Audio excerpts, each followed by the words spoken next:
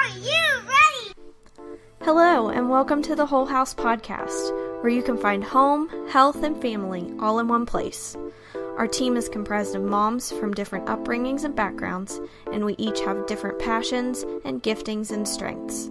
We each represent a different room, and we all make up the whole house. So grab a cup of coffee and join our overly caffeinated ladies here for the Whole House Podcast. Hi, today on the Whole House Podcast, it's Kathleen and Lori, and we're going to be talking about kids from hard places and the summer schedule. So what is a kid from a hard place? I'm going to list the 6 risk factors, but we also did a podcast on this already, so if you want to know more about this, then you can listen to that podcast. So here are the 6 risk factors for being a kid from a hard place: prenatal stress and harm, difficult labor and delivery, early medical trauma, abuse, neglect, trauma as in big T traumas like a house fire, a car accident. Major things. Right. And then the little t. Death by paper cuts. Exactly. Tiny things we don't. I know, that's my favorite saying, death by paper cuts. So those tiny things that add up. And plus, a child from a hard place is a child with a capital letter syndrome. Right. ADD, ADHD, sensory processing disorder, being on the spectrum. So, RAD, there's so many. Right. There's so many, we don't even have time to name them all. Yeah. So transitions are difficult for these kiddos, especially the summer transition. They've gone from 9 months of their whole life is school, either homeschool or go to school, and their schedule is so set, and they have sports and activities and dance classes and all these things, so that the schedule is so set. And then summer hits, and some of us parents are just like, we just need a break, you know? Guilty. Right, and then we just want nothing to happen. But what happens is, in all of that nothingness, these kids get overwhelmed with the nothingness because they don't know what's going to happen next. They're anxious. They don't know what to do with their time. And even though they might balk against this verbally, like, I don't want you to have a schedule. I don't want you to tell me what to do. That's really what they need. They need those boundaries. And I'm not saying a schedule like 6 a.m., you get up in the morning, and then, I'm not talking about that sort of schedule. So Lori has some suggestions. I just saw the Star Institute posted an article about things to do with children with some of these capital letter syndromes, like to different activities. The first one was exercise type activity 3 to 4 times a week. Oh, that one's good. Yeah, I think it's them. Get kids moving. That's one of the tools from the ETC parent training. Yep. Individual sports for kids that lack focus for team sports like martial arts or wrestling or tennis or swimming. Swimming. Yep. And avoiding chaotic settings. And I really love that they put that one in there, because I know that amusement parks and public pools tend to have a lot of chaos going around, and it's very overwhelming for these kids with some of those capital letter syndromes. Right, and I'm glad you mentioned that, because I actually, Lori and I, we bring our notes to the table, and then we just start recording. And that was one of the things that I was going to mention, even though we mentioned this on another podcast, was, in the summer, you don't have to go to Disney World. You don't have to go to an amusement park. You don't have to go to somewhere that's going to be overwhelming for your child, because then it's not fun. And the old saying goes, if it's not fun for everyone, then it's not fun at all. Yeah. And to think that because society says you have to take this vacation and you have to go here and you have to do these things in your child's life, or they're going to be missing out on something. The thing is, if you're taking your child somewhere where they're completely overwhelmed the whole time, and sensory overload. Yeah. And their amygdala is going it wears crazy. me out, and I'm a grown-up. Right. Right. So then you don't need to make yourself do it. Yeah. There are other alternatives. Amory and I had mentioned on, I think that's going live this coming week. It all gets confusing when you're recording the podcast ahead of time, so sorry. Did we play this one yet? When we're talking about having a family camp at home. Oh, yeah. We talk about that and how the very first week of the first year we did family camp, we rented a cabin from a Mennonite family kind of out in the middle of nowhere, and we have to consider those things with our kids. Yeah. If we're renting something that's in the middle of all this activity and it overwhelms our kids and they're afraid to go out the door, then what kind of summer vacation is that? It's not one. It's not It's one just for stress. anybody, because you're just trying to help them regulate the whole time. Yeah. So those are some really good suggestions. I like to get moving. Right. And I like the individual sport one too, because some kids really do lack the focus and attention for a team sport. But that doesn't mean they can't do sports.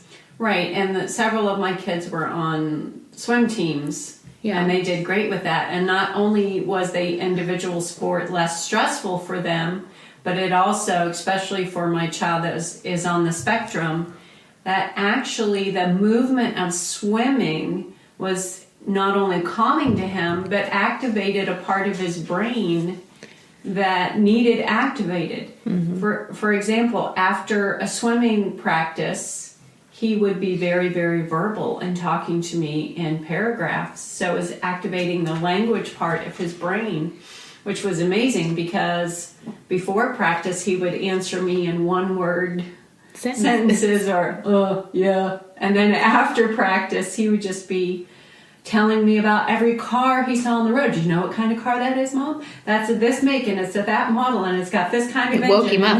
Yeah, it's like woke up that part of his brain. Yeah. So, let me see what else I have here. Oh, keep a schedule. Yeah.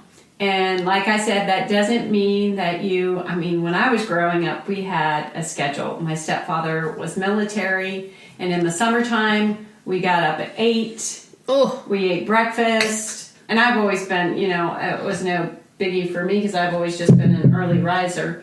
And we would do some chores, whatever chores we had for that day, whether it was weeding the garden or doing some cleaning. And then at noon, we ate lunch and we were finished, and then we got to go swimming. Yeah. And I kind of continued that, not to that degree. I was going to say extreme, but it wasn't extreme growing up. It was just something we did. And it was good for me. It was disciplined. But one of the things that I continued, because I homeschooled, is during the summer, my kids, when they got up, they were required to put in some reading time and some math time, like do a worksheet, read a chapter, and then they were allowed to swim. And usually most of my kids were finished with that by 10 in the morning, because they would get up and we would eat breakfast and they would do those things. A couple of them would drag it out, but they weren't allowed to go swimming or do any other activities until they finished those two things. So continuing that schedule throughout the year, first of all, kids lose their math brain if they don't do math during the summer. Ask any teacher what they have to do the first month of school. Review everything. What's a number? I don't remember what addition means. I don't know what this symbol means. What's a decimal? So that was just really helpful. They were usually I bought this package of speed drills. Oh, okay. Yeah, and they were just on, they would just work there. Don't call it school, though. Oh, we already learned that just before we started recording. JR had a breakdown because I said something that I did school through the summer. Which, usually took my kids like half an hour, 20 minutes at the most. And he's like, no, we're not. No, don't even think about it. Don't even put that thought in your mind. We're not doing that. I refuse. I will stop. I'm not going to do that. I'm like, I didn't say I was going to. So there is a lesson there. So if you are, Lori's not going to, but that's just the way my kids were used to doing it. But if you are making a change, then you need to prepare your child way in advance. Right. For example, if you decide that you're going to do the half an hour, 20 minutes of school during the summer, next summer, you could start preparing them now. Mm-hmm. Because they take a long time. And tell the story about the dentist. The dentist is hard for him, for my son anyway, because of his sensory processing disorder. He has a hard time with things in his mouth. He has a hard time with textures. He hates rice because of the texture. My favorite food. I don't know. I love rice. But certain textures really bother him, and it's been a struggle for braces with him because of everything that goes on in the mouth and all the poking and prodding and just that feeling. It took him a long time to get used to the rubber bands. Mm-hmm. To fix an underbite that he had. It took him a long time to get used to an expander. Like, he kept pulling it out. Like, he said it would come out by accident, but I know better. So I've heard that story before in my own family. He had a hard time. Now he has retainers. It took him a long time to keep them in for longer than an hour. Like, he would keep him in an hour and then take him out and take a break and then put him back in and keep him in for an hour. And then, wow. Yeah. So yesterday we had to have actual dentists, not just orthodontists. So it was a full out cleaning. And he got upset because while the dentist was being nice and telling him the things that he needs to do to take care of his teeth, he saw it as, she's telling me everything I'm doing is wrong. Right. Which was offensive to him. And that's the thing with kids who have a capital letter syndrome. They have a filter that turns everything negative. Whatever you're saying, unless you're overtly positive and explain that you're overtly positive, they hear any constructive criticism or advice as just, I'm doing it all wrong. Yeah. Or you think I'm stupid. You think I don't know what I'm doing. Right. So he was already upset at the dentist about that. But we found out that he has 4 cavities because he doesn't brush the front of his teeth very well, which happens a lot. I do the same thing. I kind of skim over those real fast. Those look good. Okay, put them back. Focus on the back for some reason. But he has 4 cavities, and they wanted to break it up into 2 appointments, 2 hour-long appointments. Oh my goodness! I know, and he's the type of kid that would like to do it all at one time and get it done and over with. But only if they can do it in 5 minutes, though. Yes. That's the thing. Are you done yet? Are you done yet? Right. So they were making the appointments, and they lined up so that an orthodontist appointment was the day before one of his dental cavity filling appointments. Great. I know. So I'm telling him all this. I'm like, okay, so in 2 weeks, on Tuesday, you will have an orthodontist appointment. They're probably just going to check your teeth and make sure everything is okay. They won't do anything. The day after that, we have to go back because you're getting 2 cavities filled. And then a month later, you're going to go back and get your other 2 cavities filled. And I'm going to have to keep doing that. Yeah. Leading up to it. Okay, you have 1 more week. Okay, it's on Tuesday. Okay, it's tomorrow. You know? Countdown t-shirts. Yes, I do. 5 more days until the appointment. And then the next day you wear the t-shirt. 4 more days until your appointment. Yes, I have to do that with any kind of thing that with anything good or bad. If something is on the schedule, I have to count it down. Right. Well, and that's a really good point, because we have to remember these kids with capital letter syndromes or kids from hard places, good and fun activities stress these kids just as much as what we consider a negative activity, like getting your teeth cleaned. Right. Those things are stressors for them. And the things that we're like, oh my gosh, I'm going out with my girlfriends. We're going to watch a movie. We're going to go to dinner. I'm so excited. It's going to be such a great time. and our adrenaline surging, and we know that that's excitement, and that stress is a good stress. We're like, oh my gosh, we're going to get a break. Well, kids who from hard places or with capital letter syndromes, you tell them they're going to do that, and they're not processing this stress. This is fun stress. Yeah. They're processing this is stress. This is out of my control. I don't know what's going to happen. What are we going to eat for dinner? What movie are we going to watch?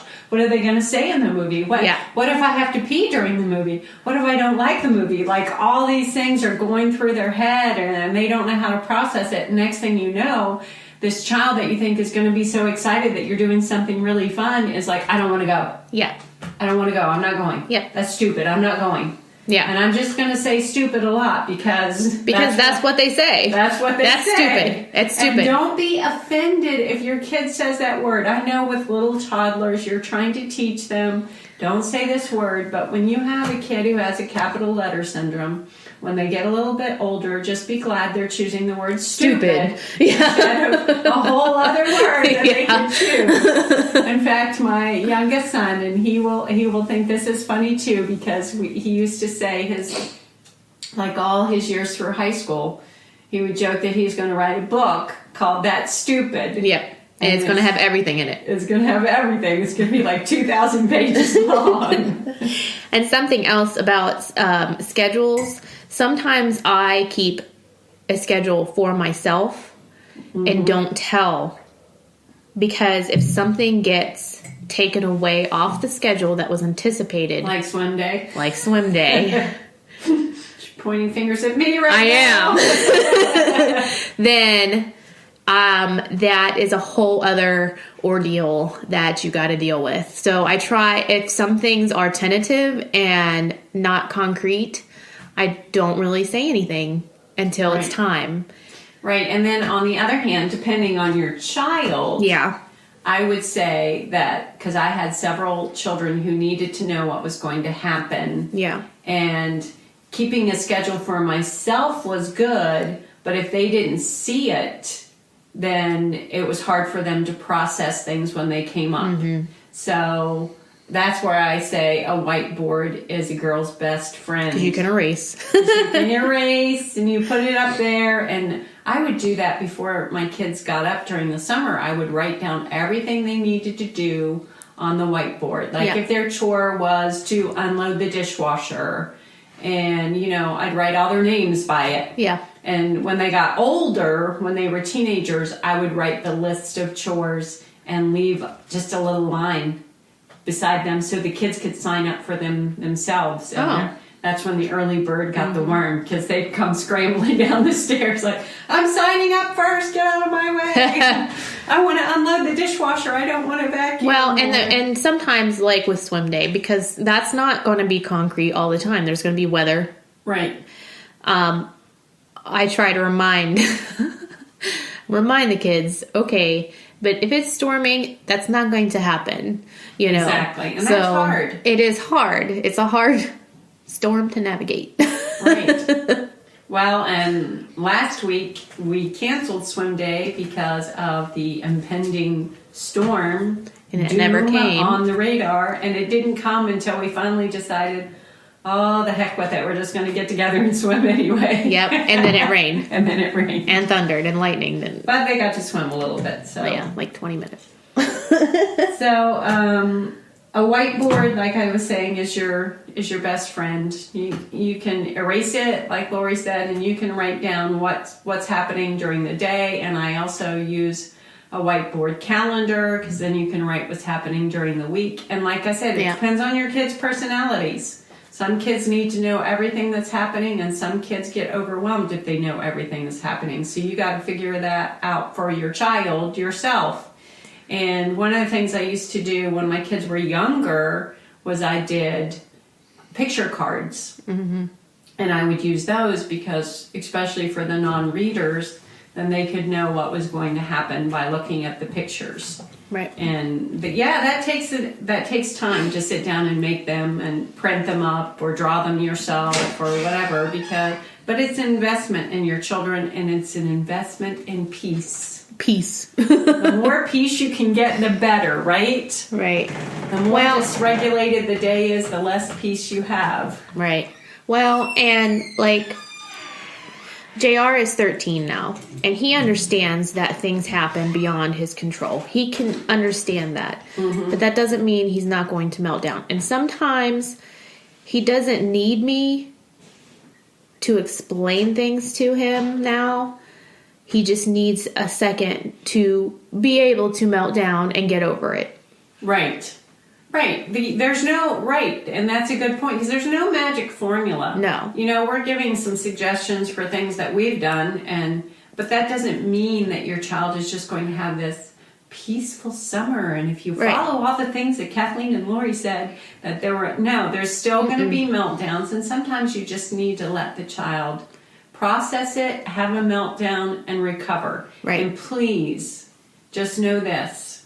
I know from experience, when a child is on the floor crying is not the time to give them 3 points to why they shouldn't cry or why they should be able to handle it. Just let them process it, let them get through it, let them have the meltdown, and when they start recovering and they feel calm again, that's the time to have the conversation. Right. And they might not feel calm again for hours. And right. That's okay. Sometimes they go outside and jump on the trampoline or play basketball or go downstairs and fiddle around with fly tying. Yeah, that's what I was going to say. Some sort of tool or making something or creating something. And sometimes they just get angry and have to go outside. Mm-hmm. Yep, and run down in the woods. Yep. That's what kids would do here. So here's another thing that I think is important for kids from hard places or with capital letter syndromes. Don't stack events. Yes. In other words, don't go to this picnic and then the next day go to another big picnic and then the next day go to the zoo and then the next day, because it's just too much for them to handle. Right. For example, after our Memorial Day picnic, the next day, not only are the kids who don't have a capital letter syndrome are tired. Right. They're overwhelmed. They're exhausted. It's hard to get through the day. So think about the kids who do have a capital letter syndrome. After a big picnic, a lot of people there they don't know. A lot of people they're talking to, and they're swimming and, doing all kinds of activity. And they need some time to recover. And Amory, I need time to recover. I do too. Amory talked about that on one of her lives, is not stacking events and managing transitions and letting your kids have a break in between. It's kind of why I'm not a fan of busy vacations. Yeah, I'm not either. Like I enjoy the beach the most because I can just go and relax in the sand. Right. Read a book. Read a book. That's my favorite thing to do. And add little sprinkles of mini golf or something in there. Yep.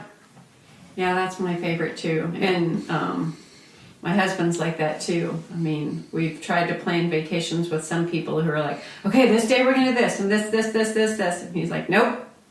Yeah. I'm going to get up. I'm going to walk down to the beach. And then what?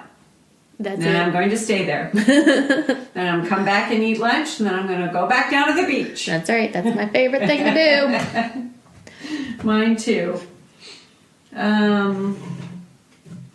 So we talked about the whiteboard. I'm just looking at my notes. Make sure we covered everything. Make sure we covered everything. I think, as much you need to keep a schedule because it's important to these kids, but you need to learn to relax too. Right. And the other thing is you need to learn how to plan low-key fun things to do at home. Right.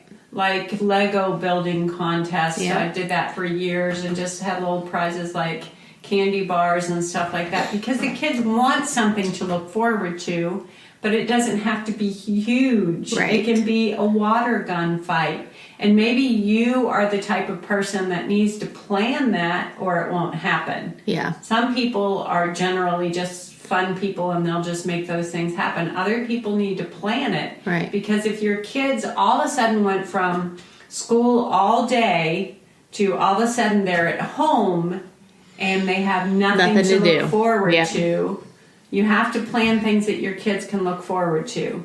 even if it's just something that you're doing at home. Like, tomorrow we're going to have a little picnic and we're just going to go out in the yard and take our food, or we're going to have a movie night on the deck. And that's one that my sister always did. That was always a fun one for the kids. And all she did was just take the little computer outside on the deck and throw down a blanket and some pillows and, make some popcorn, and there you go. And that's a big deal for kids. Oh, yeah.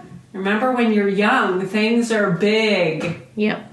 And so it doesn't mean you have to go to Chicago and go to the American Girl store. Even though that's fun, you don't have to do something big all the time. But you can do something fun that's big to them. Right. So just remember that. Go take a hike.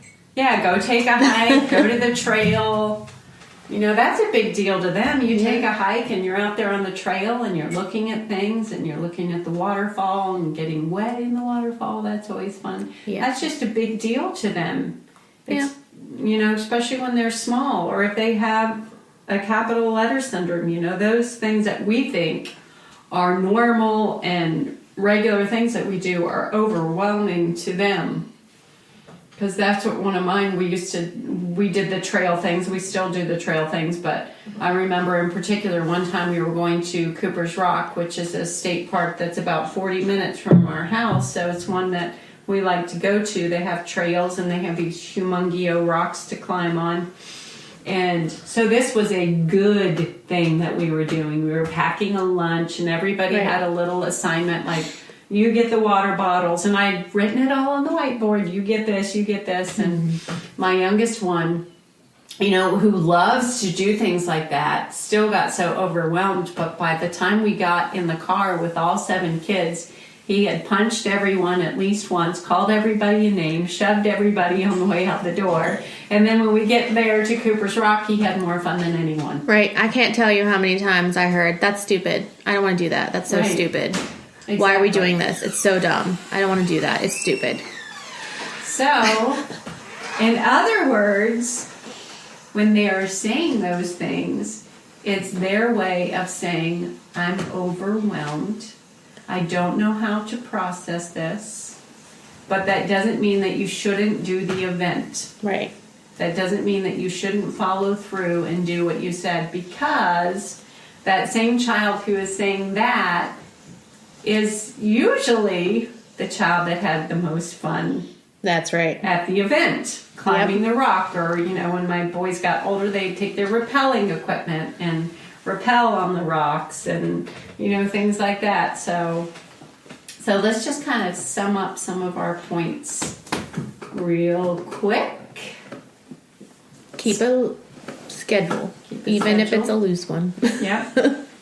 Like, kids know, the kids who need to know what's happening next, let them know. The kids that don't need to know what's happening next, don't tell them till the last minute. Yeah, well, and you have to play that by ear, too. Because there's some things is you just can't help. Right.